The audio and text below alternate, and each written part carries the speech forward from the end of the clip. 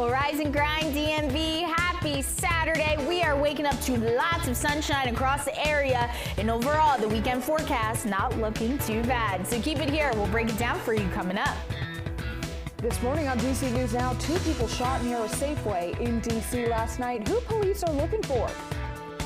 Plus, it's getting a lot warmer outside. How you can stay safe in the heat. And roads are now back open in Arlington after yet another water main issue. How customers are impacted. You're watching the station covering all of the DMV. This is DC News Now. Good Saturday morning, folks. Thank you so much for joining us on DC News Now. I'm Haley Milam. We're going to get to those top stories in just a few minutes, but first we're checking in with Brittany Ward for what she says is going to be a beautiful Saturday just before all of that heat rolls in. Brittany, you're promising a good one. I am promising a good. I am promising you, yes, a good one. The last 48 hours, we saw the heat, we saw the humidity. We're getting a little bit of a break in it before it returns to the area, so just in time to spoil those fathers for Father's Day weekend. Here's a look at satellite and radar showing you the wider view. We have a cold front that moved through yesterday. That's what brought us the showers and storms. Now it's out of our area. High pressure will begin to build its way into the DMV. That's going to be keeping us quiet as we head through your weekend. Now, temperature wise, we have started to warm up from this morning. We're sitting at 73 degrees right now in the nation's capital. 75 as you head over there to Lexington Park, holding on to the 60s further off to the north and west, and highs today right around seasonable for this time of year, getting into the 80s. So enjoy it, because heat and humidity will be returning to the DMV. So keep it here. We'll have a look at that forecast coming up. Okay, Brittany, thank you. We begin with breaking news this morning. DC police investigating 2 separate shootings that happened overnight. The first over on Langston Place in Southeast. No suspect information is released. We're working to learn more about that incident. The second shooting happening on H Street over in Northeast. Police are on the lookout for a dark SUV with multiple individuals wearing ski masks. If you've got any information on either incident, call DC Police. And police are also looking for the shooter who opened fire and shot 2 people last night. It happened near the Safeway on Georgia Avenue in Petworth, happening around 7:30 p.m. Authorities say a man and a woman were both shot and both were conscious and breathing when they arrived on scene. Police looking for a man who was last seen wearing dark clothing, white shoes, and driving a white car.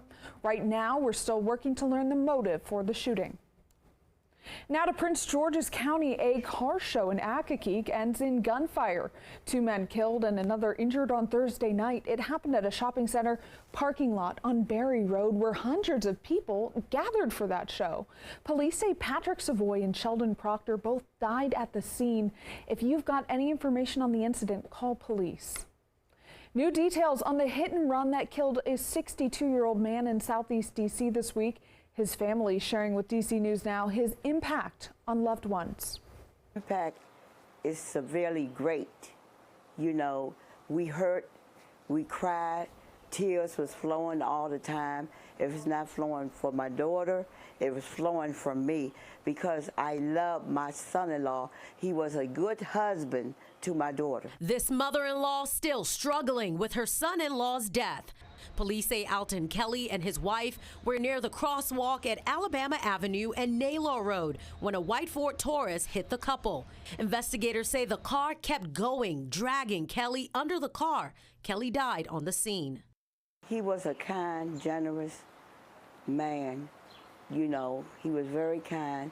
He treated my daughter well. Even when they went out, people call them the Boxy Turns, because they was dressed with the same colors all the time. Gail Ogaro said even with Kelly's health issues, his family was his priority.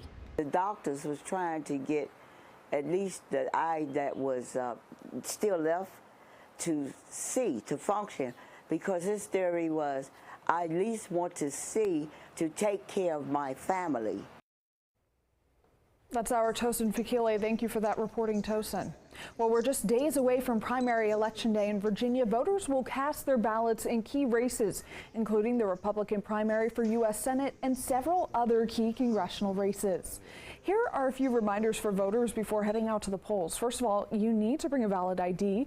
Polls will be open across the Commonwealth from 6 a.m. to 7 p.m. on Election Day, which is Tuesday. You can also vote early at your local registrar's office today. And if you need to, you can register to vote while casting your ballot. New this morning, Prince George's County Council member Mel Franklin is announcing his resignation.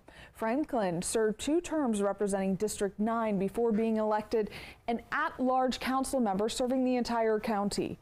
A special election to replace Franklin is expected to be held soon.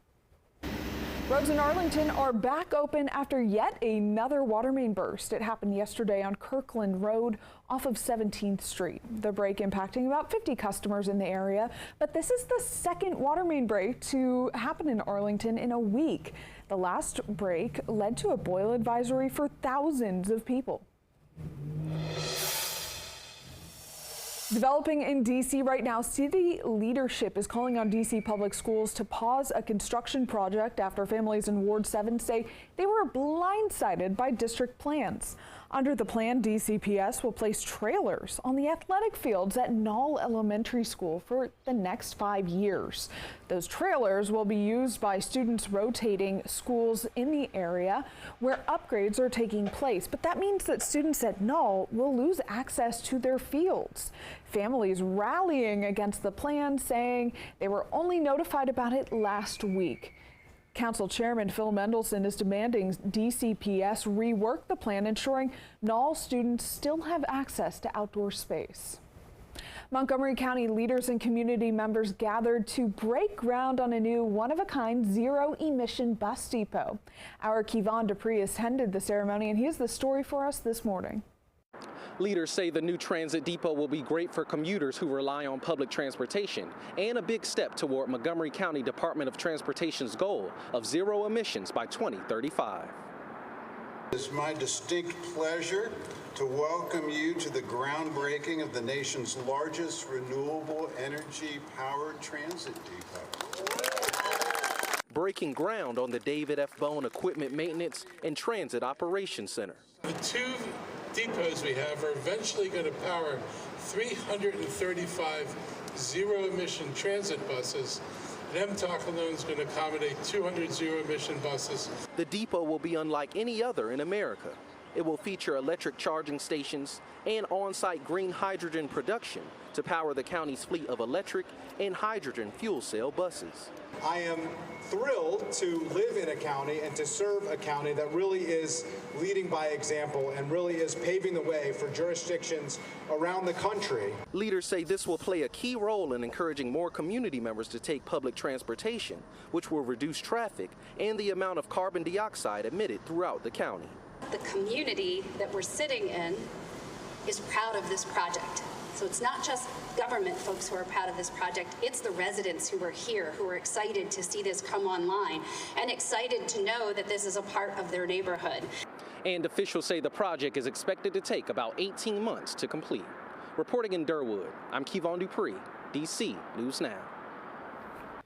Kevon, thank you. Well, DC Parks and Rec spray parks and fountains are officially opening this weekend, and they'll stay open through next week. The parks are open from 10 a.m. to 6 p.m. and with some staying open even later into the evening. Now, we talked to several people getting ready for this next week's big warm-up. Being in a place like this, being near the water, going to the parks, getting some refresh air, and being outdoors as much as we can. Take advantage of the heat, nice weather. At the way it is today, it's not bad. Anything over 95, 98, yeah, that would be too much. With temps expected to hit the 90s, DC has activated a heat emergency. Cooling centers and shelters across the district are open. Now, you should stay hydrated, drink plenty of fluids, avoid the outdoors when possible. If you do go outside, wear light-colored fitted clothing. People are first protect yourself, right? The second thing is get out there and check on your neighbors, seniors, children, and pets. We're going to have an extended heat emergency, and we're really just trying to get the message out. Definitely remind any elderly folks of this. You can call 311 if you need a ride to a cooling center or shelter. This here is a look at the interactive online map showing you where those centers are located, open to anyone needing a break from the heat. Now, this map is linked on our website, dcnewsnow.com. Keyword search heat resources in the top right corner. Brittany, hopefully we're not going to need these cooling centers. It's going to be a little warm, but yes, not terrible today. Yes, it's not going to be that excessive heat that we're going to be dealing with as we head through the work week. So at least get outside and enjoy today. If you plan on ditching the district to head to the beaches, the beach forecast not looking bad as we head through your Saturday afternoon. Ocean City, Maryland expected to be in the mid 70s with a mixture of sun and clouds. Warmer though at Kent Island, then at the Delaware beaches, you guys are holding on to upper 70s with that mixture of sun and clouds as well. Virginia Beach, you guys will be in the lower 80s with that mixture of sun and clouds. So keep it here. We'll let you know the timing of the heat and what to expect heading into Father's Day weekend coming up.